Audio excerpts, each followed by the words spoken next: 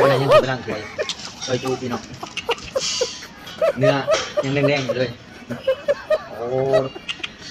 ซอยจูเลยอาขาสียังหอมๆอยู่เลยนี่เดี๋ยวคมๆ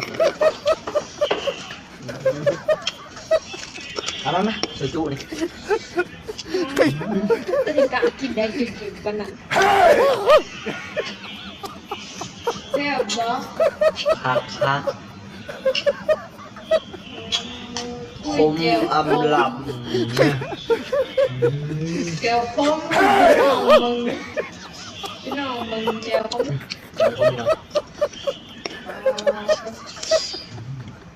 ใช่ปะโอ้ขมหัวพากันกูชื่อน้ำเขาแล้วแบ่งชื่อน้ำเขาโตละด้วยอร่อยก็ดีอยู่เป็นสดแดงสดลายเด้อผู้ใดกินของดิบบ่ได้โอ้ตุ๊กเสื้อห้องไหนเมาคุยได้ไรเนี่ยมันเป็นคม